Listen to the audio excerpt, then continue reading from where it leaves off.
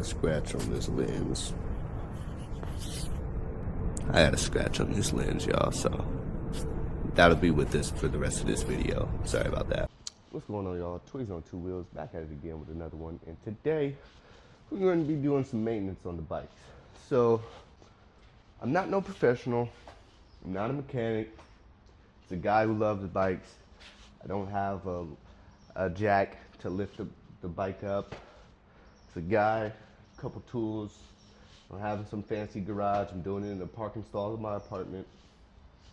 Hey man, you don't need no fancy tools to get this done, and I'll show you how.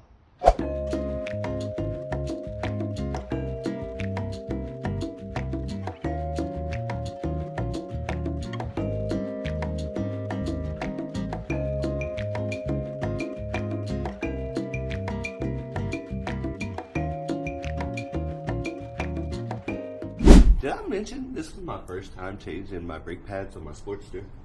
Now I've done it on my electric glide, but it's because I was forced. I was going on a trip, had a limited amount of funds, and I needed to get the bike done. And so it was either pay someone to do it and not have money for the trip, or do it myself and then have money for the trip.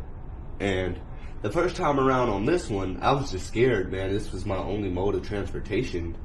I didn't want to fuck anything up, so I just took it to someone to do it properly. And when I watched them do it and I seen how simple it was, I was pissed. I'm like, bro, I am paying $230 for this? Dude. But I think that's the cool part about being young and broke.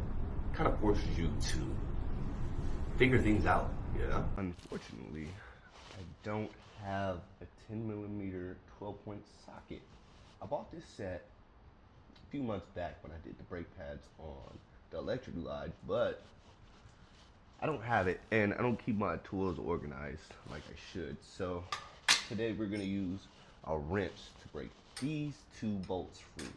All right, so now that you got these two bolts removed, you're gonna need a flathead and a 5mm Allen wrench. About that flathead, we found it. You're gonna wanna pull this off now. Go ahead and pull that off the rotor. Make sure you inspect your rotor.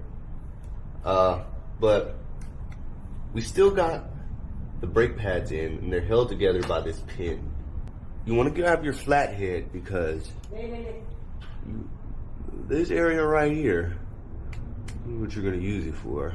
And I already broke it loose, but you're going to back this bolt out, and you're going to keep it safe. Always keep it safe. Now you want to get your 5mm Allen wrench, right? And you kind of want to just want to get it in there, you know? That was my left hand. I had to break it loose.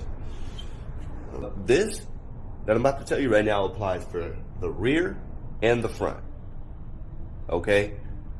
When you take the caliper off the rotor, at no time are you to press the brakes at all. Alright? Do not press the brakes when the caliper is off the rotor. It happened to me, okay? So just trust me, don't do it. So brake pads are gonna fall basically right out once you back these two out, right? This is your clip holder. Go ahead and just rest that right there so it's not hanging. Just your clip holder, it's gonna hold both. This clip is gonna hold both your brake pads in, and if you can check, my brake pads are really worn. I use every bit of it. After you have cleaned your brake caliper, you've cleaned your parts that you're gonna reuse, you're gonna grab you something like a crowbar. This one's a little bit excessive. This will probably do. So I'm gonna get in there with a little crowbar, push those down. Get those pushed down. You kind of push them in with your hand, honestly, once you get them far enough in. And when you're done, it looks like this. Those are pushed back just enough for me to slide the brake pads in. You want to make sure your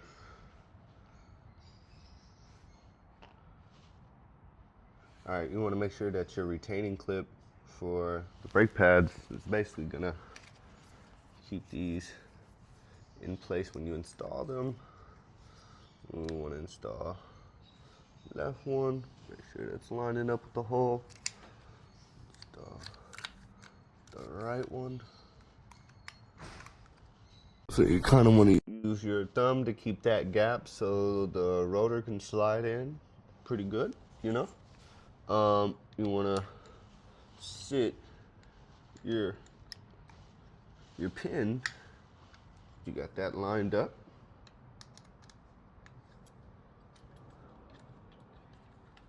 You want to start getting that back in there.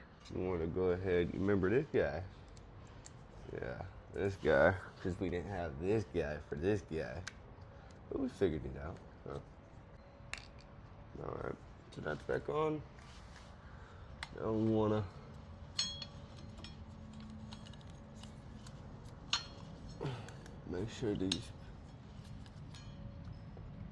slide these on like so,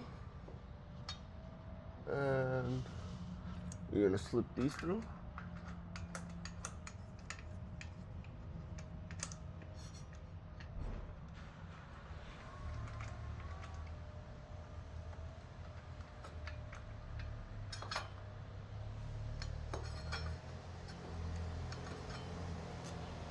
There we go. All right, make sure that connects. There we go. There we go.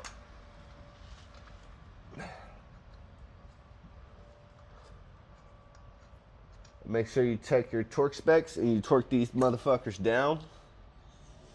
Heard one click and that's enough. And that's it.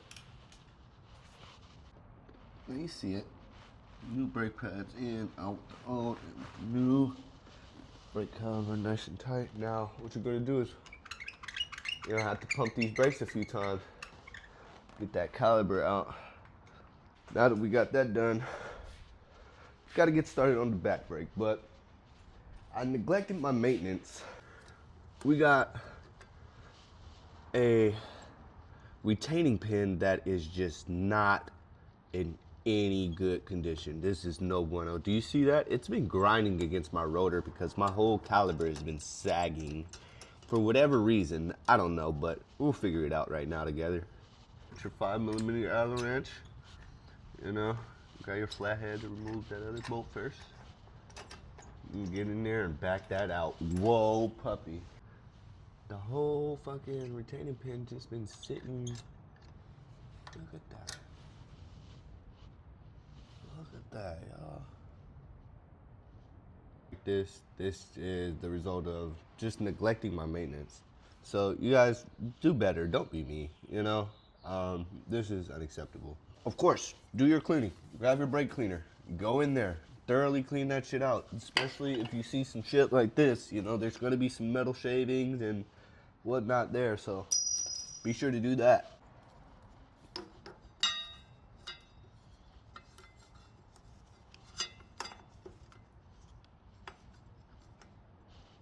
And then you're gonna slide this one in. And these are, it should work just like plug and play, man. Like, it should not give you much of a hassle to throw these bitches back in. That's why I told you the first time last year when I had someone replace my brake pads, I was so pissed when I seen everything, how simple it was. And I had all the tools to do it myself. I was just scared. I didn't want to mess it up. You know, it's my first time working on a bike. Right now, you wanna grab your 5mm Allen wrench, and you wanna get her back in there, man. When you're done pumping your brakes, you're going to have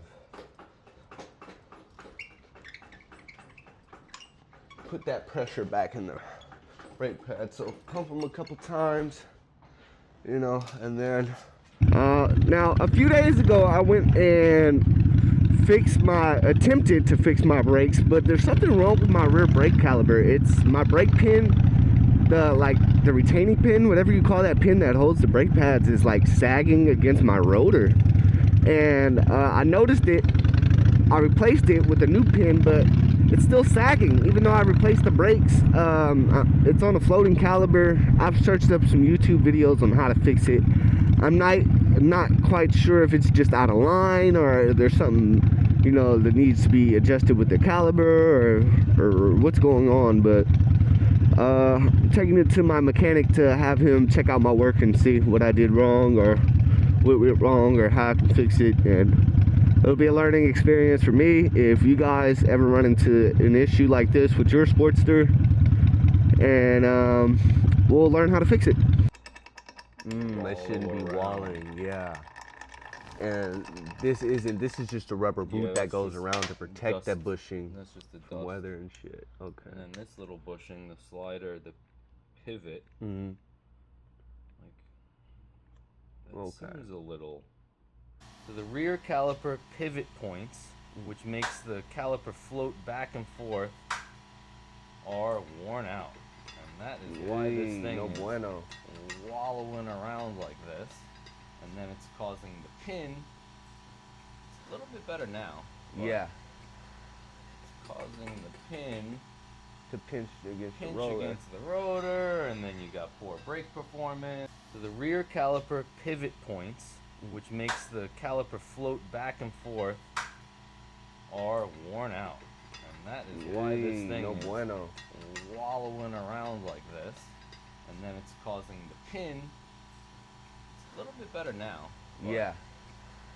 It's causing the pin To pinch against the rotor. against the rotor, and then you got poor brake performance. Yeah.